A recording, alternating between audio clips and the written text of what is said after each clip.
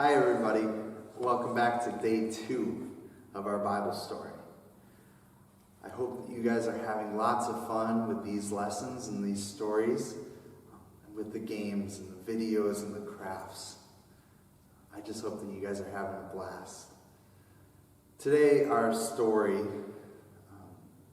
brings us to a tough place. So I want to ask you, have you ever done anything that made you feel really bad? Made you feel really sorry for what you did? Maybe you hit a friend or took away their toy. Maybe you didn't listen to your parents and you felt really bad for doing that. When I was younger, I convinced my sister to take her bike all the way to the top of this big hill. And I went up there with her, and we rode our bikes down this big hill. And as we got to the bottom, I began to slow down, because otherwise I might run into something. Well, my sister didn't know how to use her bike. It was the first time that she had been on her bike. And so as we came down this big hill, she didn't know how to stop. And she was just riding through and hit a tree. This big tree. And she ran right into it. I felt so bad. She began to cry, and my parents ran out, and I ran away. I ran and I hid, and I felt so bad for what I had done. Have you ever felt like that? Have you ever felt so bad for something that you did? Yeah. It's something that we've all experienced. It's called sin. See, God is good. He is everything that is right in the world. But we're not right. We're not good like God is. We make mistakes. We sin. We do things that hurt other people. And so we can't be with God because He is good and we are broken.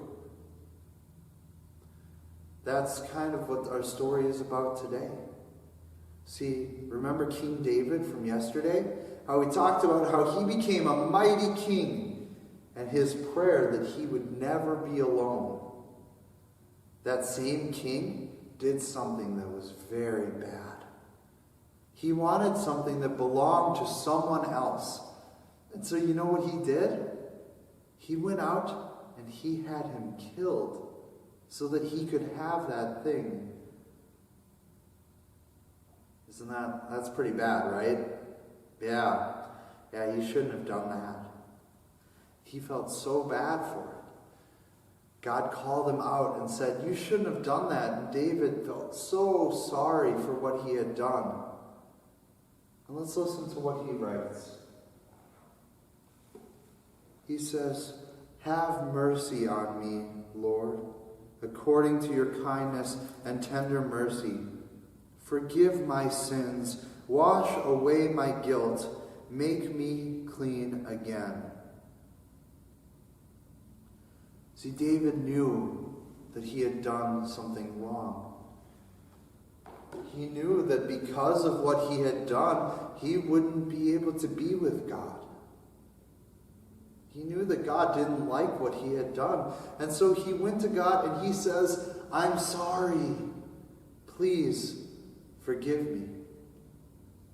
And you know what God did? God forgave him. God loved him so much that he forgave him.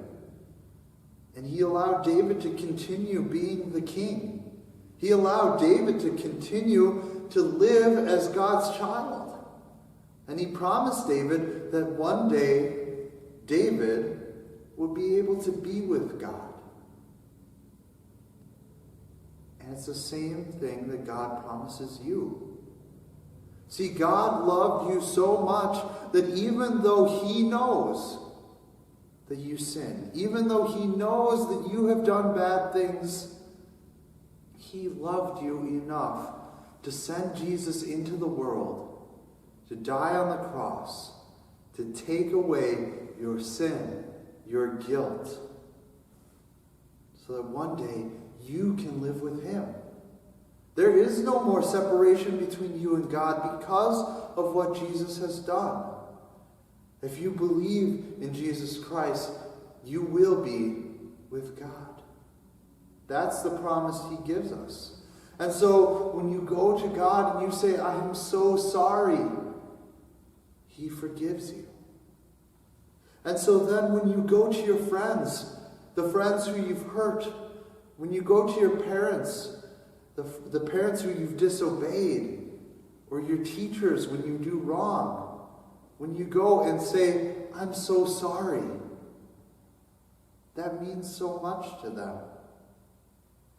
And know that you are always forgiven by God. Know that you are loved, friends. Know that you are loved and you are forgiven. Thank you.